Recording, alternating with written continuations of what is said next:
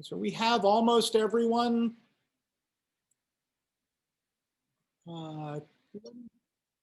There's Alex.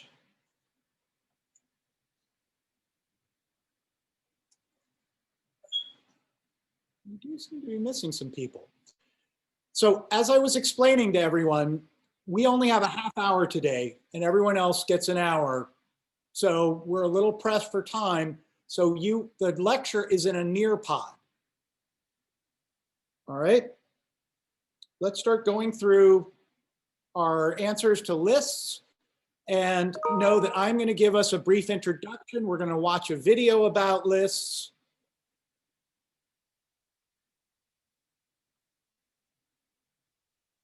And then we're going to go into a Nearpod. Oop, somehow we lost Dakota. Ryan.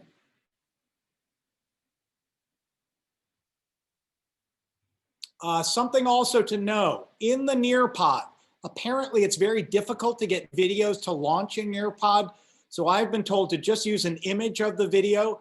You're going to need to go into the code.org, U5L1, and look at the videos that are in there. There's only two. They are excerpts from the 7-minute video we will be watching, but they're all helpful. They're really helpful. Okay, so lists, what are they good for? Everything is written down in one place and you don't forget anything that's important unless you don't read your list. Items on a list pertain to a common category. Very nice, Nikolai.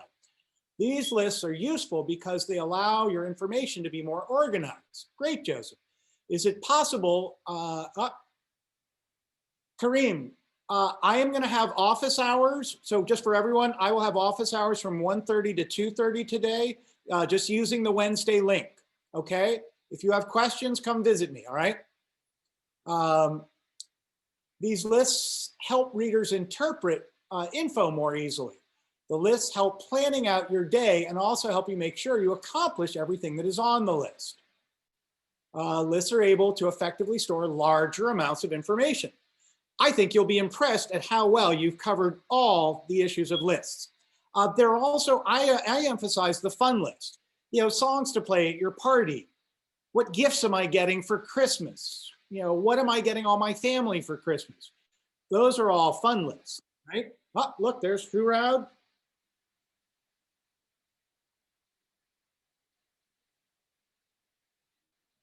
All right.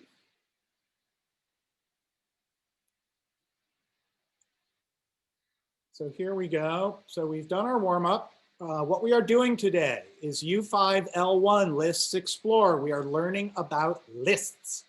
You are supposed to finish your Decision Maker app and turn that in today with the activity guide. Yes, the app is due with the activity guide. You do not turn in the app. The app we look at in code.org, you just turn in your activity guide so that I know you did it, and that's where I put your grade. We are having a quiz on functions on tomorrow. So that will be the first thing in class. Same thing, just 5 questions, 12 minutes. It's going to be functions. So think about, how do you declare a function? How do you not create, what do? You call a function, call a function.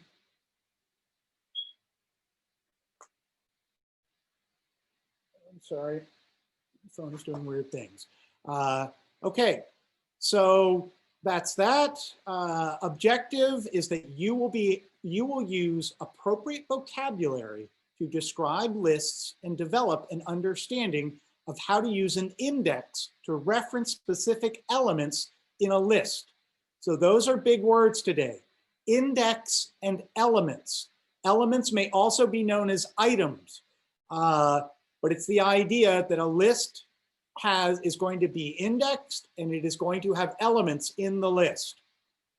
All right, here we are, Unit 5, Lesson 1, Lists Explore. Variables are great for holding one value, but what about more? What if you needed to, write down, you're gonna get this in the video, but all the students in the class, all the students at Churchill, what would happen to that? This goes to our next question. What if you had a lot of information? I need to write down all the names of students at Churchill. Where's Kyle? Hang on.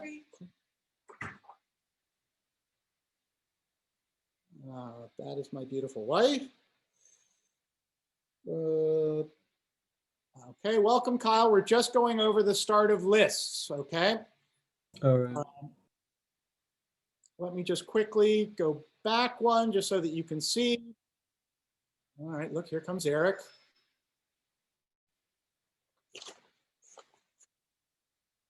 Welcome, Eric. We're just going through this. So today is short. We are doing U5L1 Lists Explore. You are finishing your app today and turning it in, the U4L14 or U4L13. They're all connected. That is due today. Tomorrow, there is a quiz on functions. There's Harold, yay. Harold, welcome. So we are just going over this. We have a short class. We're doing U5L1 Lists Explore as a Nearpod, okay? I'm gonna start us, we're gonna watch a video, then everyone's gonna go into the Nearpod and you can continue that at homework. You need to get through this for tomorrow. Tomorrow, we're gonna be working on U5L2, Lists Investigate, and then the Explore is going to be homework. So I want you to be prepared for that. It's almost more important than getting your app in. If you still haven't finished your app, make sure to get through this and work on your app. All right? You're going to be able to use appropriate vocabulary to describe lists, and develop an understanding of how to use an index to reference specific elements in a list. First thing we saw was the idea of variables, right? So variables are great for holding one value, but what about more? Variables hold one value, so if I needed to write down all the names of everyone in school, I'm gonna have a list of variables 2,000 long. It's not helping me any to use variables. What if we have a lot of information? Think about the challenge that you'd encounter if you needed to store 100, 10, 1,000 pieces of information using variables. What would the problem be? Too many variables. You're not saving anything by doing that. So here is video. Just confirm that it's playing and you're seeing it all full screen when I start. Oh, hang on. It's always a little tricky getting this button to click.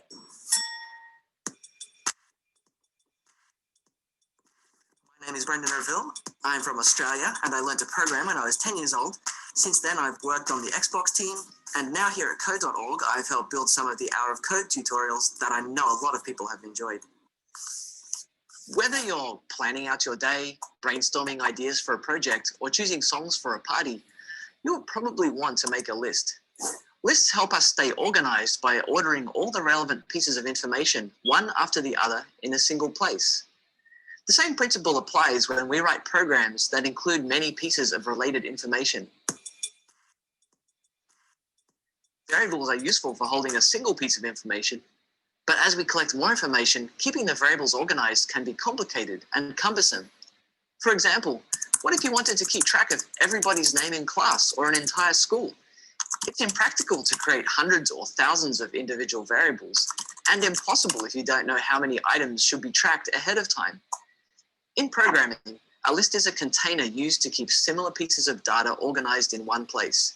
You can think of it like a container that grows or shrinks to fit the number of items it has inside. The main items you can do to a list are add or replace items, access items, and remove items. In JavaScript, a list is called an array. You may hear list or array used interchangeably, but we'll refer to it as a list to keep it simple. A basic example of a list would be all your contacts on your phone, in your email, etc. Let's see how this would work. To start off, you need to create a list. You do this by using square brackets. An empty list looks like this. You can also create a list with some initial values in it.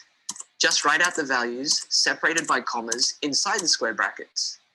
For example, you could make a list of numbers like this, or a list of names, as in a contact list, like this.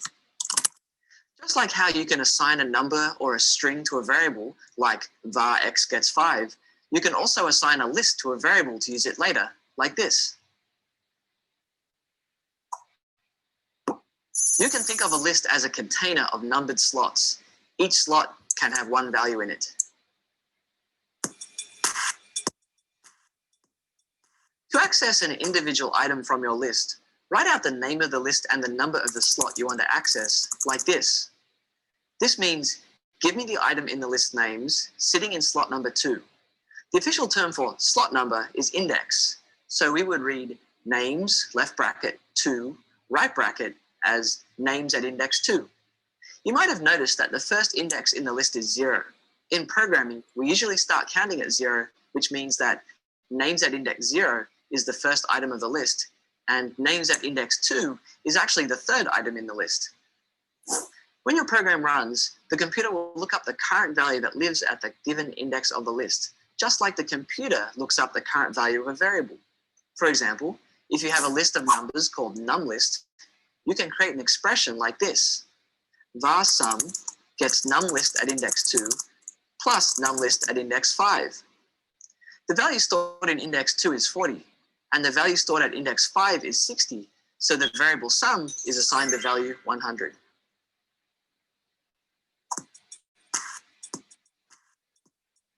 You can also assign or update a particular index's value. You refer to the slot the same way. Names at index 0 gets the value Sarah would replace the current value at index 0, just like assigning a new value to a variable. Once you have created a list, you can modify it by adding items, removing items, or inserting items. To add an item to a list, you can use the append item function. Let's add Kelly to the end of the list of names like this. Append item names Kelly. Notice that append item is a function that accepts 2 parameters, the list name and the actual value that you want to add. Appending an item always adds the value to the end of the list. To remove an item, you use, wait for it, the remove item function.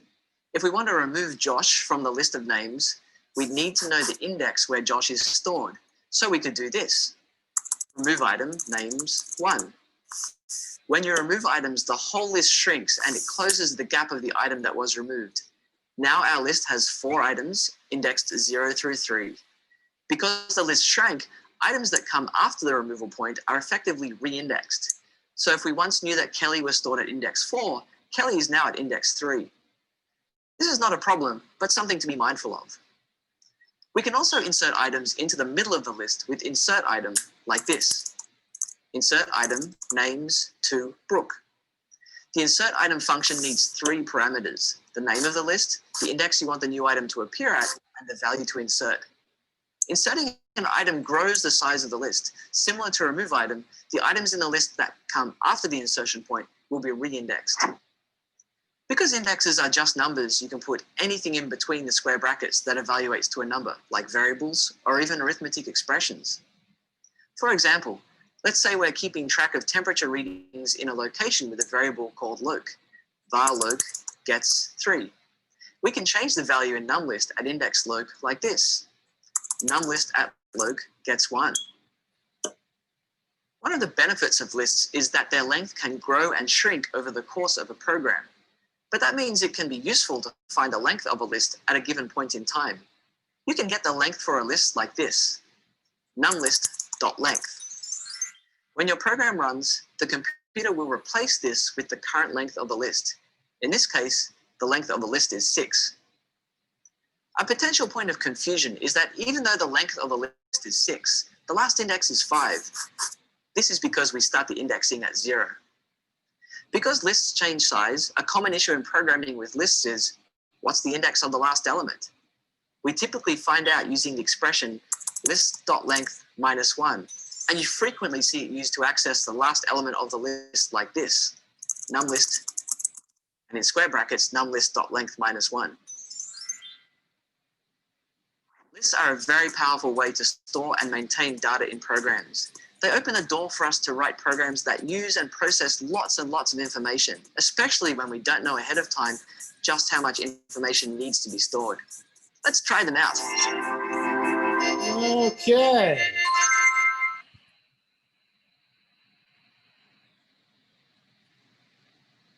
All right. So hopefully everybody got my note that you need a pen or pencil and about 3 sheets of paper. If you don't have that at your desk, please get them right now. Okay, the reason I'm asking for this is, again, code.org is going to be explaining this using their baggies and the Post-it technique, all right? That seems like a lot of supplies and relatively onerous.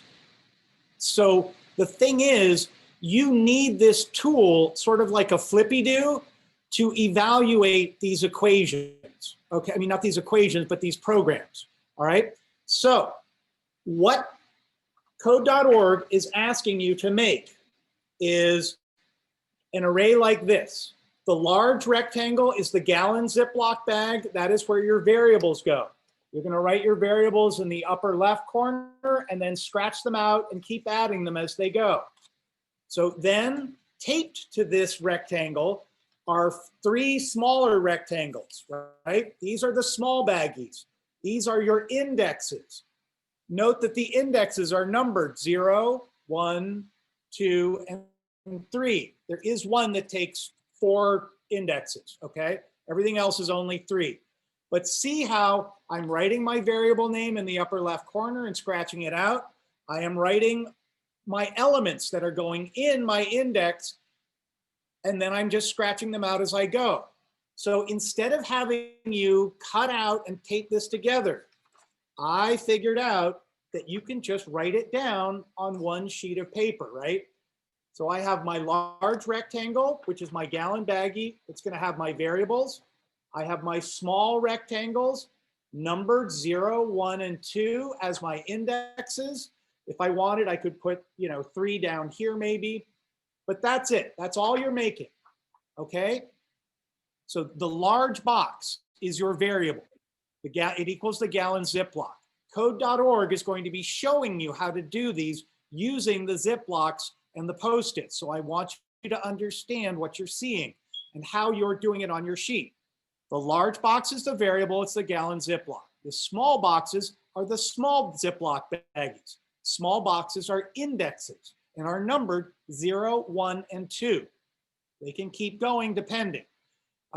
Start your labels in the upper left corner, then scratch out and add as they change. You're going to be seeing about 5 different programs. So you're going to need to be using different variables and different elements in your indexes.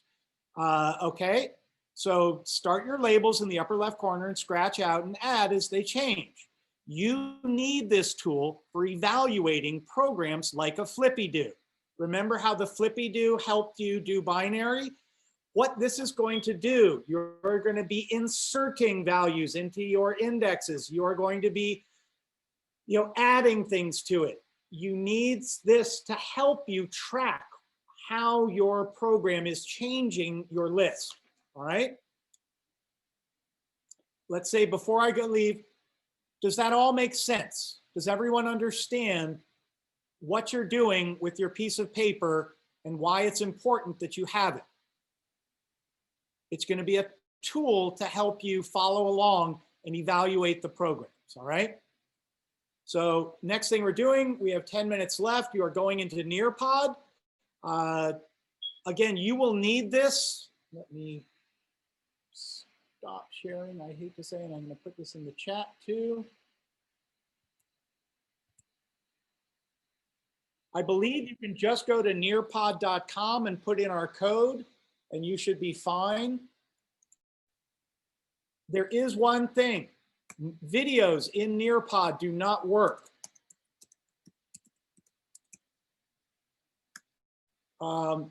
So if you encounter videos in here, you will need to go to code.org, U5L1, and look at the videos in there. They'll be in their own circles, okay? So this is the code. You can click that and it will take you to Nearpod. It's KS7VA. You can skip the first couple of slides, which you've already done. Just follow along, and this is being done as a student-driven Nearpod. I'll hang out and be quiet. If you have any questions, please ask me. Let me know if you are having difficulty getting into the Nearpod. The presentation does continue from here. The Nearpod is your homework because class is going to end in 10 minutes. We will be doing U5L2 tomorrow. So you need this to understand how to do that work. Questions, problems? I'm going to be quiet. Our class is done at 11:30.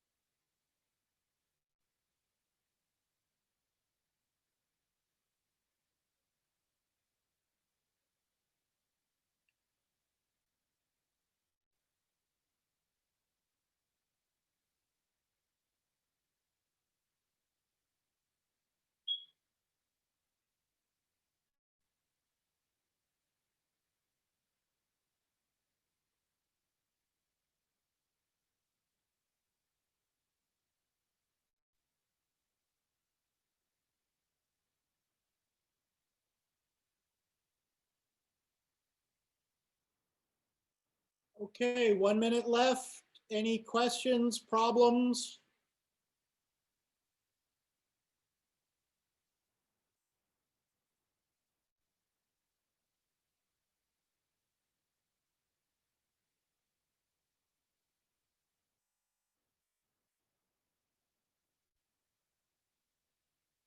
You're not supposed to abandon ship until it hits 30.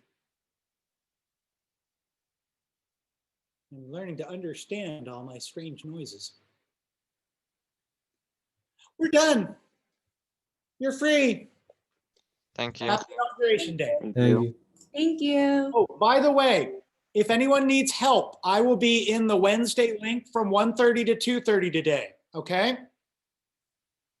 Thank you. You bet. Bye, team. Can I help you, Joseph? Ethan, Nicole? No, I was just busy doing the work. Yeah, great. I just. Nicole, can I help you? Yeah, quick question. Sure. For my app, I remember I got 15 out of 18, but I told you I had one thing to fix and you told me to resubmit. Oh, absolutely. I resubmitted, but I don't know if you saw it. Okay, no problem. Which one is it? Is it L4 or L8? L8. L8. Okay, I beautiful. think it's the. No, it's I'm the- going to be going. I need to go back through everything right now and get everything. Thank you so much. It really helps me when I'm pointed at something. I'll look at it right now. Okay, thank you. And you said I'm you'll sure be you'll do fine. on from what time? 1. 1:30 to 2:30. I'll be in the Wednesday link. Okay, thank you. No worries.